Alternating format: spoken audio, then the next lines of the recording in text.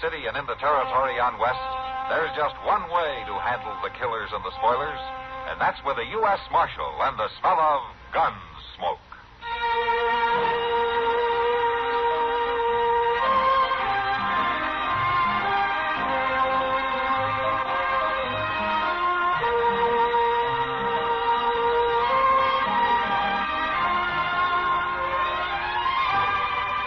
Gunsmoke, starring William Conrad.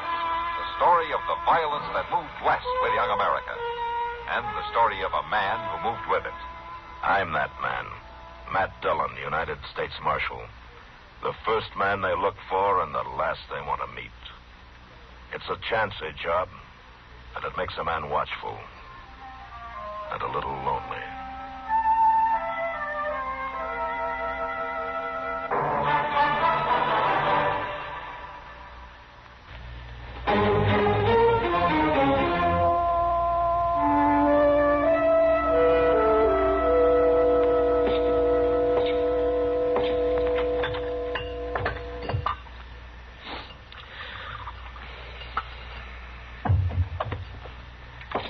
Doc, how could you get sweet-talked into a spot like this? I just can't understand it. No, I think you've got it all wrong, Mr. Dillon. It's kind of honor. And I'm just proud to know, Doc. Oh, now, don't listen to him, Chester. Just hold up that looking glass while I try this thing on.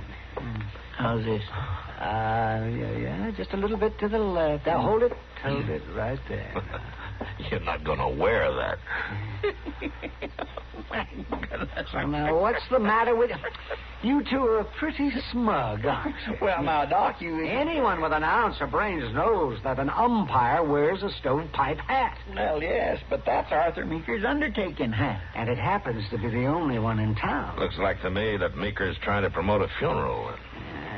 Wait, let me look at this again. Yes, you're right. Yes, I hate to admit it, but it does look kind of silly. Well, we've won 1 point anyway. Yes. Chester. Yeah, Doc? Maybe you'd step next door to the depot and see if anything came for me on the evening stage. Well, sure. What was you expecting? Well, I sent back to the Brooklyn Eagle for a copy of Chadwick's Rules. Rules? Why, you've got the boys' book of games. The rules all in there. Chester? Yes, sir? Don't argue with the umpire. Oh, sure. But anybody knows the rules. How he expects to be an umpire if he don't know the rules? Oh, that Chester.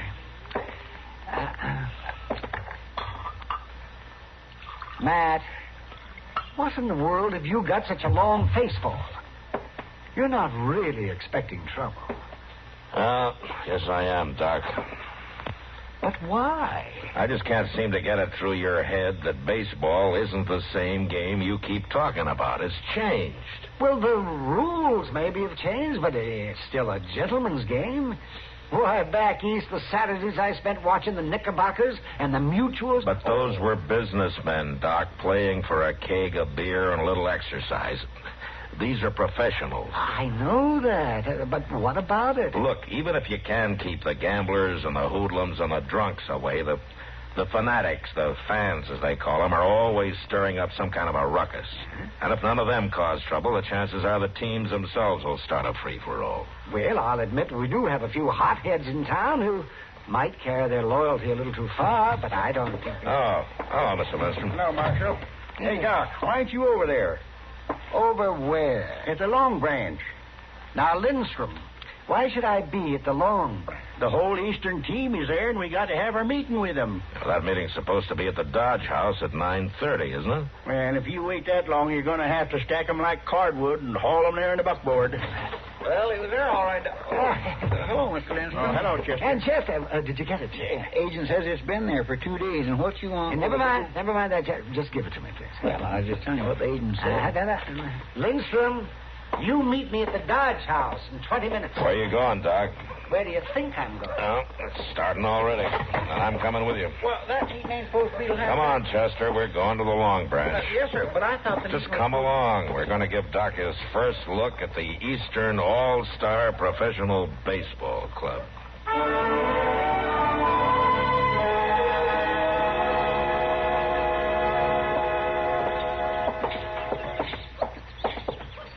I know he's supposed to be the manager and all, but Mr. Lindstrom sure is taking this game serious. Well, anything he does, he takes serious. Yeah, but he's going out of his way. Oh, what's he done now? You know he went clear up to Fort Dodge last week. Yeah, what about it? He talked Colonel Whitfield into releasing 4 enlisted men for the game. He said they'd strengthen up the team. Players? Yes, sir. 4 men he heard about that played with Duryea Zouaves during the war. Did you hear that, Doc? 4 men from that 165th New York Infantry team playing for Dodge. I heard it. It'll make it a better game. There's certainly nothing unethical about it. The All-Stars take anybody from anywhere as long as they play good ball. Now, that may not be unethical, but it sure shows Lindstrom isn't thinking of this as just a friendly exhibition. Yeah, Matt, you're sure doing your best to scare me off. Now, Doc, I'm just trying to bring you down to earth. Maybe a look at the All-Stars will do it. Come on.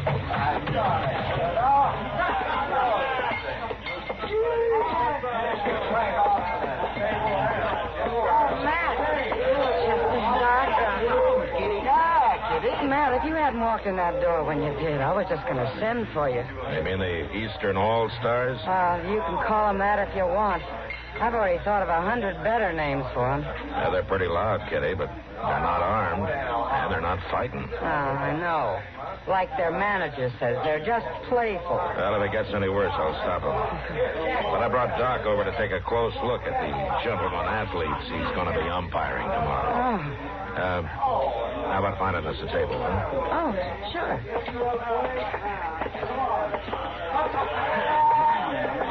How's this table, Matt? That's fine. 3 beers, huh? I'll bring them to you. Well, Doc, now you just relax and look them over. My land, Doc.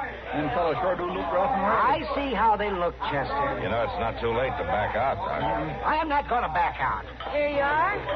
3 beers for 3 gentlemen. Oh, thank you, Kitty. Thank you. Oh, my land. Look at that fellow over there. Why, he looks like he's been teasing a wild horse from behind with a sharp stick. Yeah, with that face. No teeth in front, a squishy nose. I'm only guessing, but I'd say he has to be the catcher. And them fingers. That left hand looks like a branch of gnarly oak. All right. Every profession has its price, Chester. Well, Doc, there's one of the hotheads I was talking about. Where? Over there, Ziff Williams, talking to one of the players. He sure is red in the face. Yeah. And he's wearing a gun, too. I'll be back in a minute.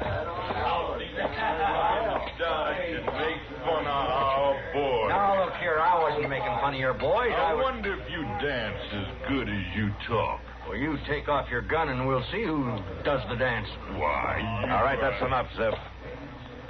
You the manager of these players? That's right. Manager and pitcher. What's your name? Asa Granville. All right, tell me, Granville, what did you do to get this man so riled up? Nothing. He wanted to bet on the game, and when I offered him fair odds, he got mad. Is that right, Williams? There wasn't no bet. There was a brag about how good the All-Stars are. Marshal, he wanted to bet on Dodge to win. And I laughed because I'd be stealing his money. Yeah? And then what? Well, to give him a fair shake, I offered to bet even money that we'd score at least 100. Williams, I think this man was saving you from making a fool of yourself. Nobody in town except you and Lindstrom really thinks Dodge has a chance to beat the All-Stars. That's all you know about it, Marshal. I got faith in our boys, even if the rest of you ain't. Well, I can't stop you from having an opinion, Williams. But I'm going to tell you one thing. If you plan to be at that game tomorrow, you better check your gun at my office till it's over.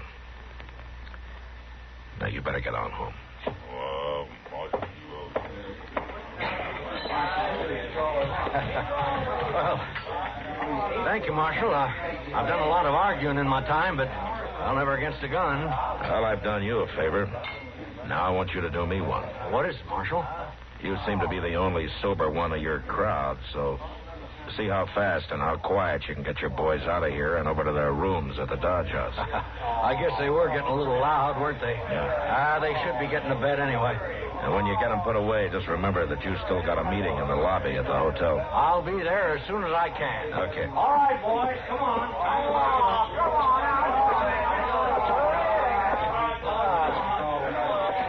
Oh, Kitty, I think this place will start to quiet down in a few minutes.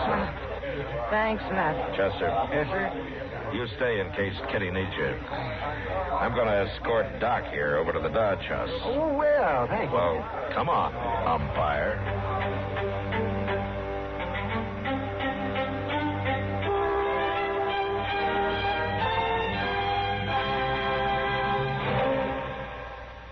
Your Columbia phonograph dealer has it.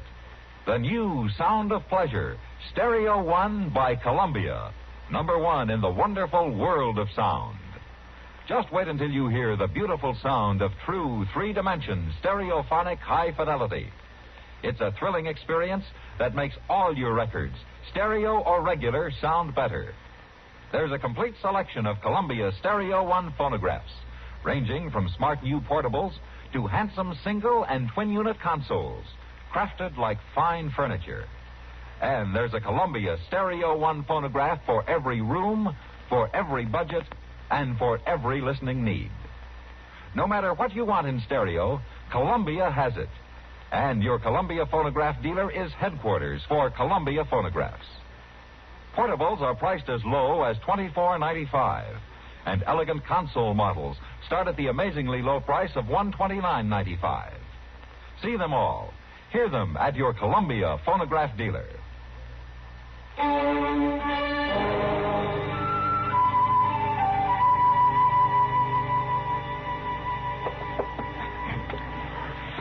Now, as I understand it, Granville, you play New York baseball.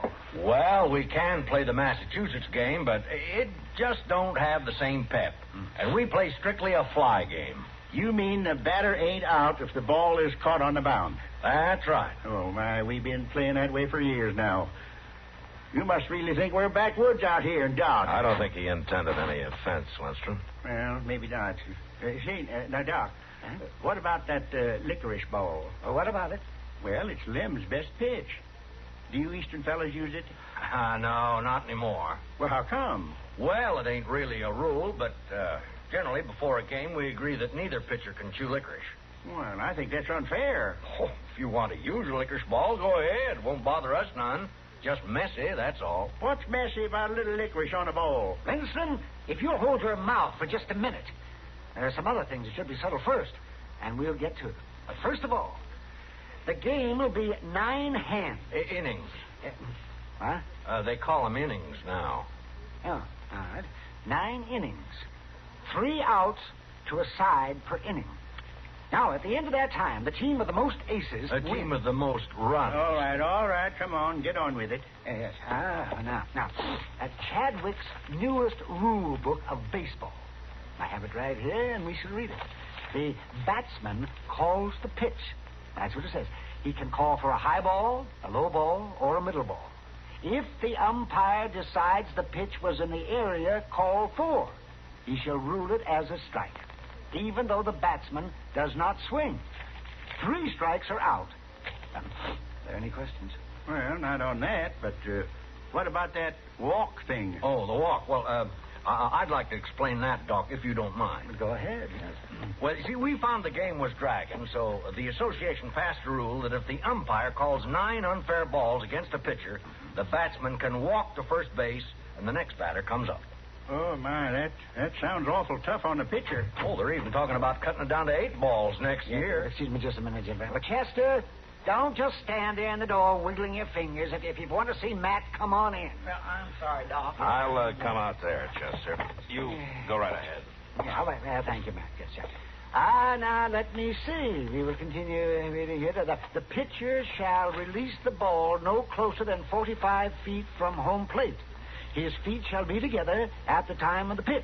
The elbow shall be stiff, and the pitching hand shall not rise above the belt. Are there any questions? Yeah, Doc, I got a few questions, and they're all for Mr. Granville. Well, go ahead. Do you or your players ever bet on the games you play? Why, of course we do. Do your players ever bet against themselves? What are you getting at, Marshal? Just answer my question. Well, we do not. I'm not talking about betting whether you win or lose. I know you've never lost a game. I'm talking about sucker bets. Why, you heard me turn down a sucker bet at that saloon. And the bet I offered was square. Yeah, I know. You offered to bet you'd score more than 100 runs, and you said it good and loud in front of everybody. And made you look real honest. So after you left, your ringers could move in and clean the town. I swear, Marshal, I don't know what you're talking about. Chester, I want you to tell everybody here what you just told me. Well, there's two gamblers over at the Long Branch right now, strangers in town, and they're taking all comers. The gamblers is giving good odds that the All-Stars won't score more than 50 runs. And just about everybody in Dodge is betting they will. Well, I sure don't know who the gamblers are, but they ain't very smart. Unless maybe they know something that I don't. Like what? If you and your boys are as good as you're supposed to be, you're the only ones who can make sure that you didn't score more than 50 runs. And it could just be that those gamblers are betting with your money. Well, I'm not going to answer that, Marshal. But if you want to get rich fast, sell everything you got and take the bet they're off. That's the last thing I'd do. But if I'm wrong, Mr. Granville, you'll have an apology from me before you leave town tomorrow. You better start thinking it up right now, Marshal. But if I'm right, you and your boys won't be leaving.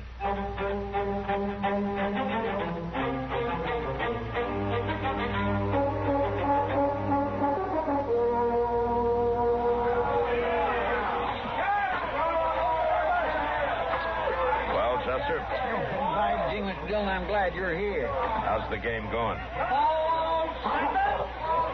See there? Pretty bad. Them All-Stars just ain't no good at all. In the 3 innings they've batted, Lem struck out 7 of them. They ain't got a single run. How many runs for Dodge? 4, but we sure didn't deserve them, and we're going to get more. There ain't nobody out, and that Granville ain't pitching the ball nowheres near Willie Linson. I had to wait for an answer from St. Louis, or I'd have been here sooner. Did you find out anything about them gamblers? Yeah, plenty. Have you got them spotted? Yes, I have. Right on the edge of the crowd over there by first base, see? Yeah, I see them. Let's watch this a minute. All 9, take your base. See there? He walked Willie on purpose. Yeah. Who's this coming up? It's one of them players I was telling you about that Linson got from Fort Dodge. I don't know his name. Tell me something, Chester. What? Don't these All-Stars look to you like maybe they're scared? Well, they sure look kind of nervous. Now, that's the first real hit we've had. Yeah, that's a good one, all right. At least 2 bases. That should score Willie easy. Willie's stopping at third. Yeah, he can't make it home if he doesn't keep moving. So why would he stop? I don't know. But looks like the third baseman's talking to him. Well, now, if that don't beat all... Look. Now he's coming on again. Look at that boy run!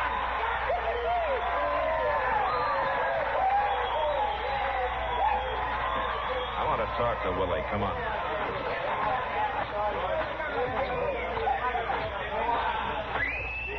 That was a good play, Willie. Yeah. Oh, hello, Marshal. You always stop and talk to the baseman? Look, Willie, there's something strange about the way this game is going. I want you to tell me what it is.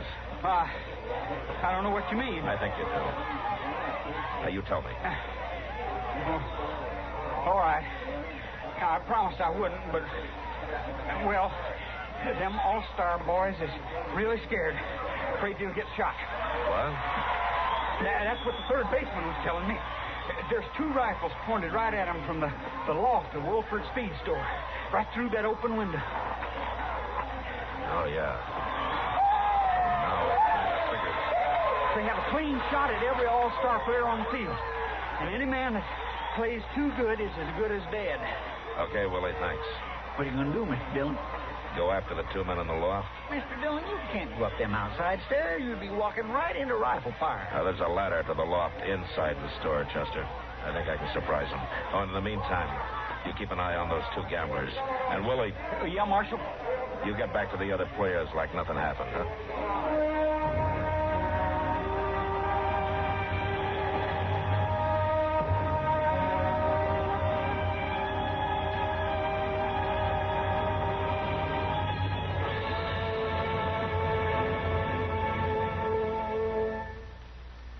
Today, a great premium is placed on speed.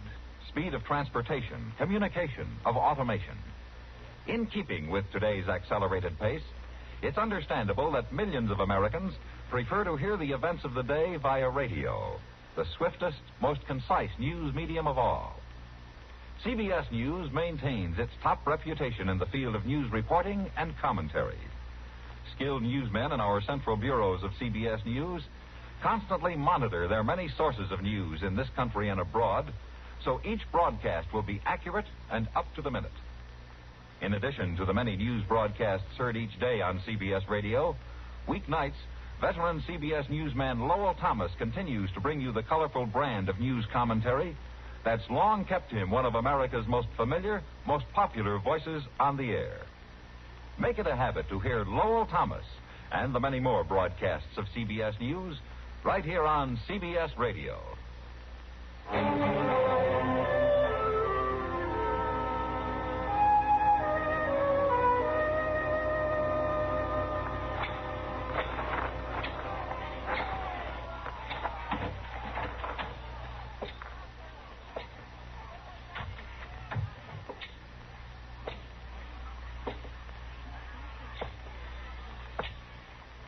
When them fellows say they're going to pay us $50 right after the game, sure wouldn't dare pull this same thing in St. Louis. Of course not. You don't think them fellas are doing this just for the money they can pick up here and die? Think? Mostly they want them all-stars to look bad here, so when the St. Louis fans read about it, they'll think their team has a chance. Then these fellas will be able to bet big on the all-stars and really clean up. That's what I call Drop your guns. I said drop them. Marshal, you ain't gonna... Marshal, I threw my gun down. Now, don't shoot me, Marshal. Stay away from that door. I'm not gonna do it. All right, hold it right there. All right, Mr. Dillon. Let him come on down the stairs. I got lots of help. Yeah, you sure have. Looks like you drafted an army. Oh, sir, these are all volunteers. They seen you leave and knew what was up, so they just kept playing till they heard the shots, then we come a-running. Let him come down, Marshal. We'll take care of him. All right, how about it, you? You want to try your luck against 18 men with baseball bats? No, I ain't running. You gotta protect me, Marshal. Send him down, Marshal. Don't think I wouldn't like to. But most of you came here to see a real game of baseball played by men who make their living at it. Now, those two gamblers there and this hired gun and a dead one up here in the loft had a different idea. Don't you worry about the gamblers, Marshal. My boys have them. Good. Well, there's still time to start over and play a full game before dark, and I think you should get going. Any bets you made with these fellas won't hold. Now, how about it? All right, Doc. Is that agreeable with you, Lindstrom? Well, why not? And you, Grenville? Of course it is. Then what are we waiting for? Play ball!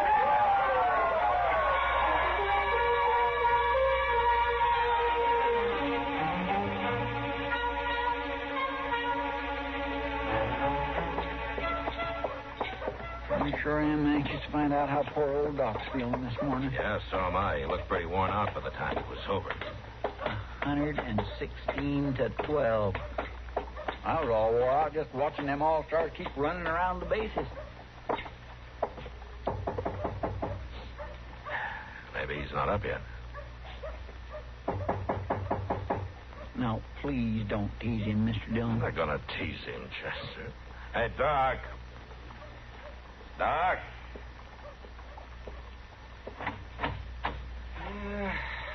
What do you want? Good morning, Doc. We just want to make sure you was all right, Doc. I want you to get back to your jail tendon and leave me alone. Now, don't stand there with your back to us, Doc. We're not going to laugh at you. Does it hurt much? Here, let's get that shade up and get some light in here. There we go. All right, now take the towel away.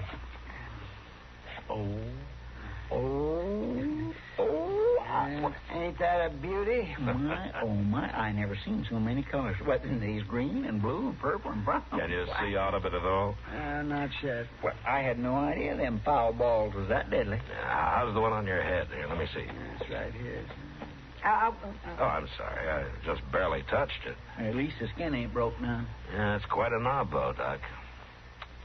I'm sure sorry.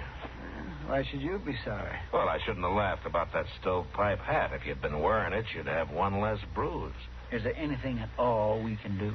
No, it just takes time. Yeah. Well, we got to get our prisoners fed, Doc. I'm taking all three of them up to Hayes City this afternoon. But Chester will be here. And I sure will look in on you, Doc. Doc, I just got one thing to ask you. Go ahead.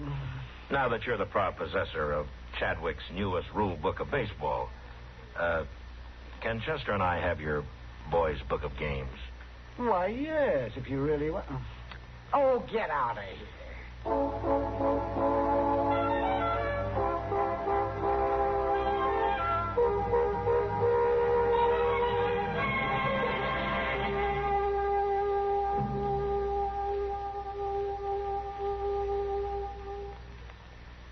Improved K-Site tune-up. The tune-up in a can. Fill it up, sir? Yeah, regular's good. Say, that engine of yours sounds like real tired iron. Thanks. Improved K-Site tune-up. The tune-up in a can. You got a valve sticking, too. Oh, what do you get to a gallon? Not much. Improved K-Site tune-up. The tune-up in a can. Want a tune job? Haven't got time. You don't need time. How can a tune job not take time? Improved K-Site tune-up, mister. 1 can in your gasoline and 1 can in your oil will clean your motor, your carburetor, your plugs. The works. And K-Site tune-up will unstick those valves. Get you more power and smoother performance. Quicker starting, too. Okay, but how much? $1.25 a can. Results guaranteed or double your money back. Would you start her up, please? Still sounds lousy. I haven't added it yet. Improved K-Site tune-up. The tune-up in a can.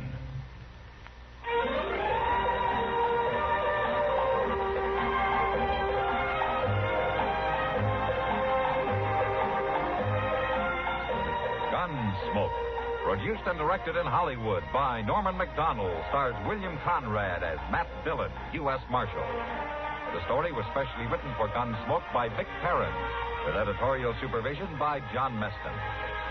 Featured in the cast were Joseph Kearns, Barney Phillips, Ralph Moody, Vic Perrin, and Harry Bartell.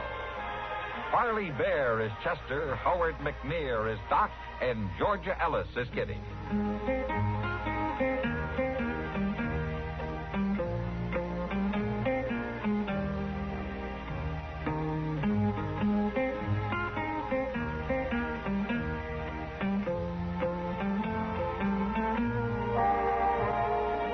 George Walsh inviting you to join us again next week when CBS Radio presents another story on Gunsmoke.